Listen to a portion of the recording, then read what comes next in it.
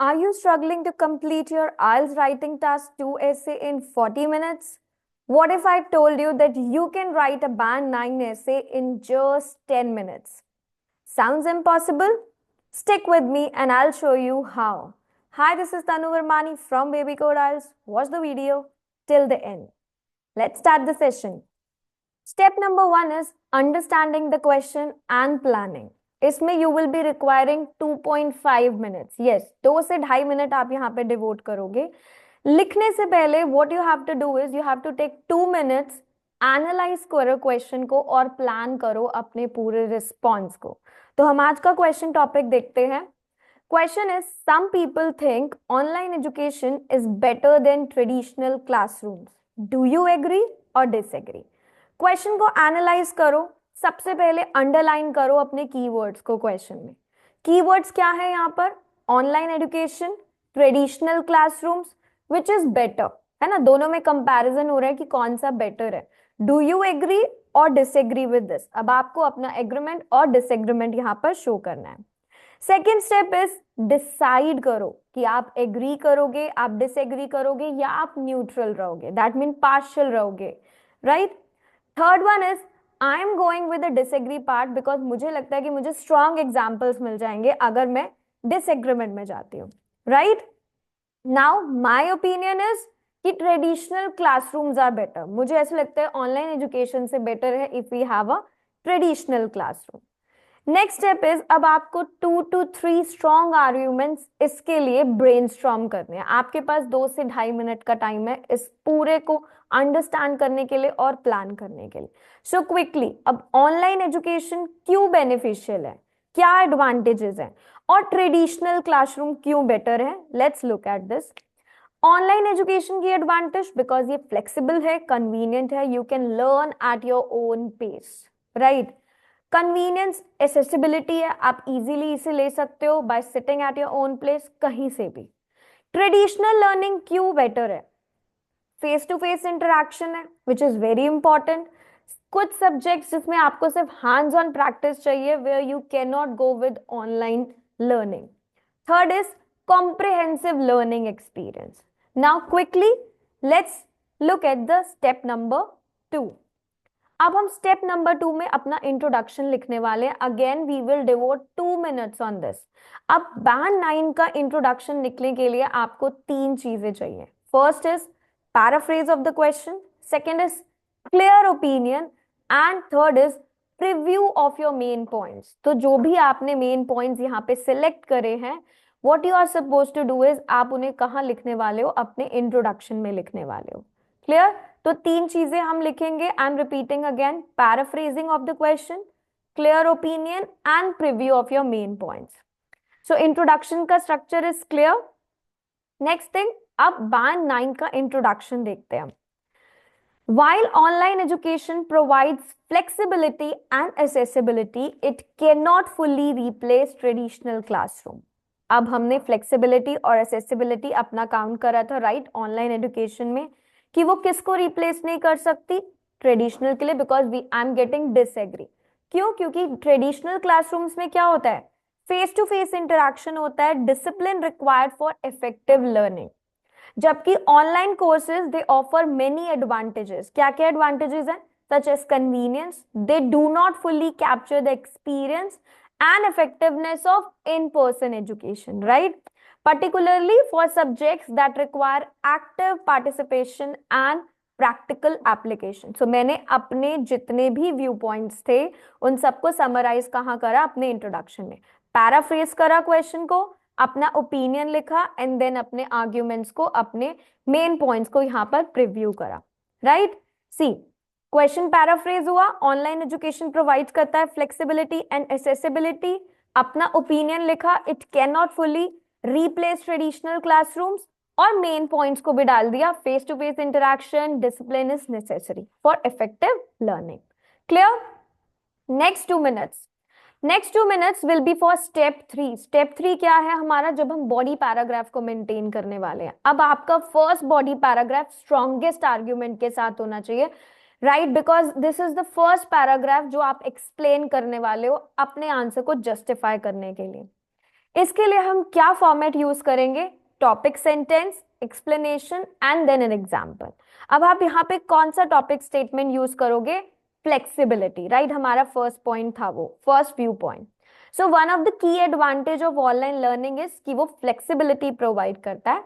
अब इसे हम एक्सप्लेन करेंगे। Students can attend lectures from anywhere which benefits working professionals and those in remote areas where physical institutions may not be available. अब आपको यहाँ पे ऑनलाइन एजुकेशन के बेनिफिट्स बताने हैं, right?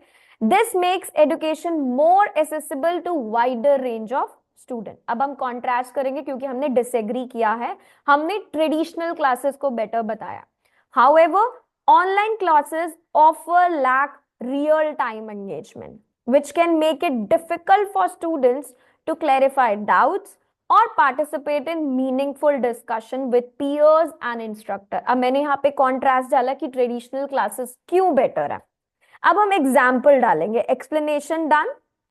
Example, many universities they moved classes online during the pandemic, but students they struggle with distractions and a lack of motivation at home, which leads to decrease in their overall performance, right? तो drawback आ गया यहाँ पर, clear with example. अब हमने topic statement दिया यहाँ पे कि ऑनलाइन लर्निंग इज फ्लेक्सिबल, उसे एक्सप्लेन भी करा हमने कि it lacks with real time management, और एग्जाम्पल भी दे दिया during the pandemic that student struggles with motivation. Clear? Now let's look at to the body paragraph number 2। Again you have to devote 2 minutes in framing this paragraph. अब ये जो paragraph है आपका, ये फर्स्ट पैराग्राफ को क्या करता है? फर्दर सपोर्ट करता है। तो इसे आपको कॉन्ट्रास्टिंग आर्ग्यूमेंट के साथ स्टार्ट करना है। How you will start? Paragraph structure रहेगा same, topic statement, explanation and then example. So let's see the body paragraph 2 with however, because आप contrast कर रहे हो। Traditional classrooms they provide real time interaction, because I am on a side of disagree, which is crucial for subjects requiring hand on practice। ये हमारा view point था। Medical students for example must perform physical examination and surgeries under supervision, something that online education cannot provide. Similarly, engineering students need lab work, hands-on practice to fully understand the concept. Without these practical elements, learning in these fields would be incomplete, as theoretical knowledge alone cannot equip students with necessary skills. So look here, topic statement क्या था हमारा कि traditional classroom क्या provide करते हैं? Real time interactions, right? Explain करा उसे कि some subjects they needs hand on practice. Example क्या है? Medical and engineering, those students they require lab work, that means they require hand on experiments। आप उनको online, you can't settle them for online work, right?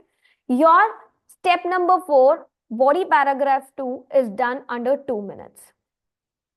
Next is you have to write the conclusion now and you have to proofread. That means 1.5 minutes you have to devote for your conclusion and writing the and rereading the complete entire answer। अब band 9 conclusion में क्या 3 चीजें होनी चाहिए? First is कि आप summarise करोगे अपने मेन पॉइंट्स को, that means body para 1 and body para 2 को। अपने ओपिनियन को दोबारा से यहाँ रीस्टेट करोगे and give a final thought. No new ideas will be added in the conclusion part. Now let's see a perfect band 9 conclusion. In conclusion, while online education offers convenience, traditional classrooms they remain essential for subjects require practical learning. So first statement is talking about online education, that means para 1. Traditional classrooms remain essential for subjects requiring practical learning. This is your body paragraph 2. Now, restate your opinion, give a final thought. A combination of both methods may be the best way forward, offering the advantages of both flexibility and interaction. This is my final thought, right? आपने अपना opinion दिया, summarise करा अपने view points को, और क्या दिया? एक फाइनल थॉट दिया, but no new idea, right? तो समरी हो गई, ओपिनियन रीस्टेट हो गया, और फाइनल थॉट में क्या हुआ कि आप बोथ मेथड्स को लेके चल रहे हो। That means a hybrid mode is ideal for you, right? So band 9 essay in 10 minutes. You can have a look at the entire essay. All the 4 paragraphs are clearly given here. Now, why this essay scores band 9? Because task achievement में it provides clear and direct opinion, well developed arguments हैं, relevant examples हैं, coherence and cohesion भी 9 on 9 है because इसमें smooth flow of linking words है, जैसे कि however, for example, in contrast, conclusion. Logical structure maintain है with clear introduction.